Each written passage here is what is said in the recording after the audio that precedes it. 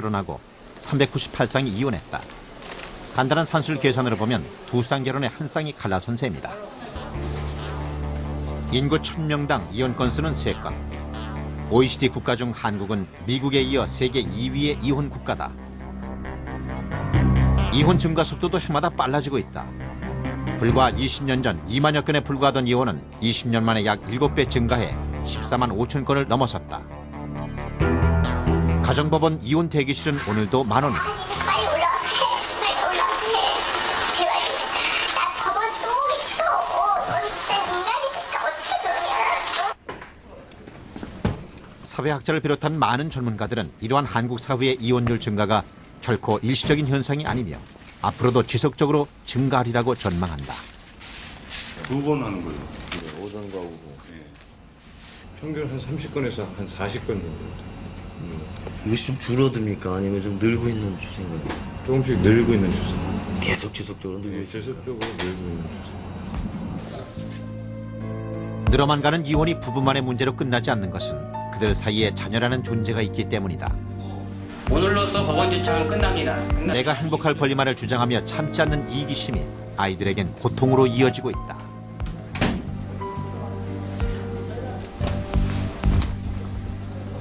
그 가족 구성원인 남성과 여성, 아내와 남편 사이에서 서로 각자 다른 어떤 의식의 격차라든지 성격이나 사고방식을 좁히기 위한 노력을 별로 하지 않는다는 거예요.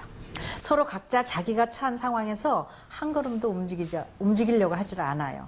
이러니까 어떻게 거기에서 타협이 있을 수 있으며 어떻게 조화를 이룰 수 있고 어떻게 균형을 맞출 수 있겠어요. 이게 이제 오늘날 흔들리는 가정, 깨지는 가정, 불안한 가정을 우리들에게 보여주는 그런 결과죠. 이혼하는 부부의 평균 연령층은 남자 40.6세, 여자 37.1세다. 남녀 모두 결혼 10년여 차인 30대 후반에 이혼을 가장 많이 한다. 대부분 10살 남짓한 어린 자녀를 두고 있다. 뭐 애기 같은 경우도 너무 자기가 키운다. 남편과 내가 키울 거다. 네가 키워라. 그냥 그러고 있어요. 그러니까 헤어지자는 전제하에 그러는 거예요. 그러니까 지금 근데 저는 헤어지자 서로 헤어지려고 전 돈을 안 주면 난 못 헤어지겠습니다. 그 아이들 위에도 있는데 아이는 저한테 전적으로 맡으라고 그러고요. 그거에 한 번씩 맡으라. 아니 안 맡기면 저기다 고아원에 넣어버리고요. 그러니까 그거야 자기가 친권 받아서 고아원에 내는 것까지 어쩔 수 없어요. 부모들은 자신의 권리를 찾아 결혼하고 아이도 낳고 이혼도 한다. 부모로부터 이혼을 통보받은 아이들에겐 선택의 여지는 없다. 어느 날 갑자기 아무런 준비도 없이 아이들은 가장 가까웠던 관계로부터 떠날 것을 강요받고 심지어 버려지기도 한다. 그러나 자신들의 이혼이 아이의 삶에 어떤 충격을 줄 것인가를 심각하게 헤아려가며 이혼하는 부부는 별로 없다. 대부분 보면 본인 혼자 입장에서만 생각을 하고 있고 예. 또 부부 두 사람만 서로 싸우면서 이제 그런 얘기들을 하는데 정작 더 많은 충격을 받을 수 있는 자녀는 배제된 상태에서 예. 진행이 되고 있거든요. 그래서 이혼을 하게 되면 자녀들은 사실 통보받는 입장이거든요. 예. 그러니까 아이들로서는 양쪽 부모에게 보호를 받아야 된다고 생각을 하고 있었는데 어느 날 헤어져서 너는 어느 한쪽과 살아야 된다든지 아니면 부모 두 쪽과도 못 살게 된다든지 하니까 애들로서는 굉장히 큰 충격이지요.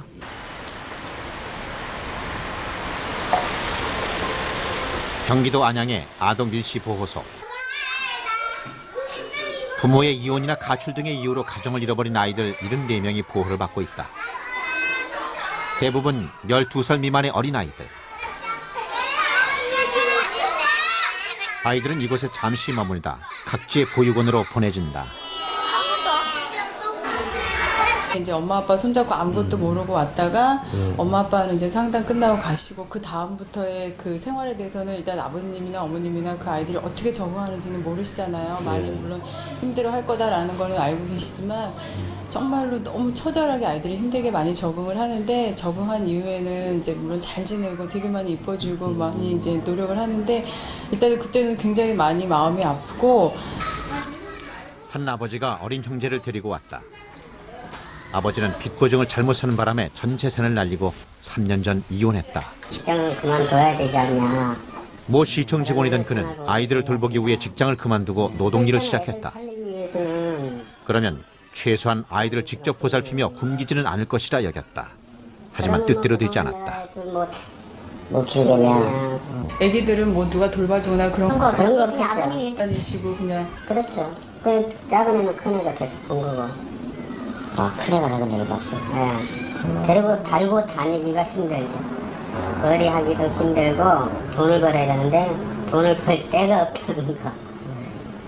애들들 봐가면서 취업할 곳이 없죠. 취업이 안 되죠. 내 같은 경우는 아예 취업이 안 돼요.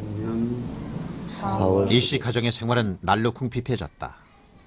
어린아이들은 쌀이 떨어져 밥을 굶기도 했다. 그다음에 이 씨가 아이들을 이곳에 데려온 것도 배고픔을 견디다 못한 큰아이가 원했기 때문이다. 다 읽어보시고 내 큰애하고도 얘기를 하고 지가 얘기를 하더라고.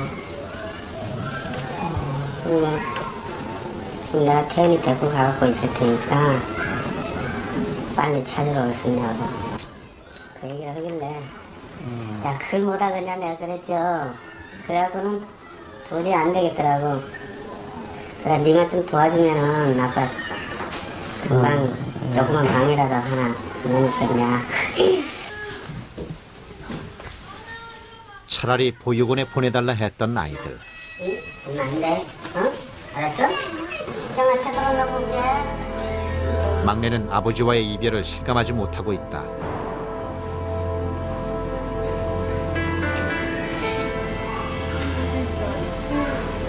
제대로 먹이고 입히지 못했어도 아빠는 아이에게 든든한 울타리였다.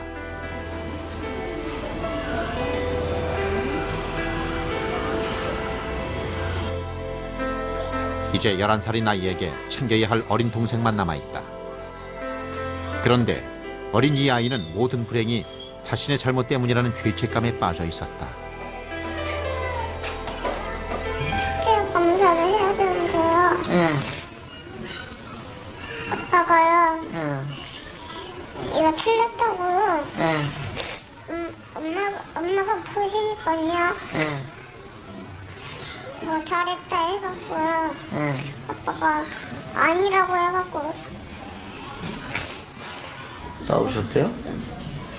응? 그럼 네 숙제 검사 해주다가 싸우셔서 헤어지셨대요? 누가 그래요? 응?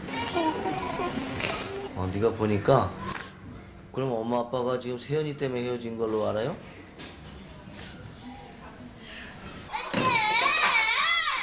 대부분의 자녀들이 부모의 이혼을 자신의 잘못으로 받아들인다. 이곳에 남겨진 두 아이는 다른 아이들과 쉽게 어울리지 못하고 있었다. 게다가 큰아이는 또 다른 걱정거리를 안고 있었다. 어떻게 걱정이 돼요? 아빠가요. 집에서 뭐 밥을 잘 먹는다는 거죠. 그런 게 걱정이 돼요. 밥을 드실지 안 드실지 이런 것이요?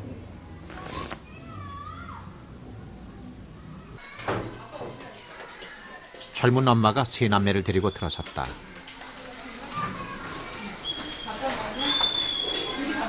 삼 년 전 아빠는 집을 나가 연락을 끊었고 돈벌이에 나선 엄마는 일주일에 단 하루 집에 들려 엄마 노릇을 했다. 이제 엄마는 더 이상 아이들을 감당할 수가 없다. 충분히 이해를 하거든요. 저희는 아이를 키워라라고는 말할 수는 없어요. 저야 뭐 아무 데서 사는 상황이 없는데 아이들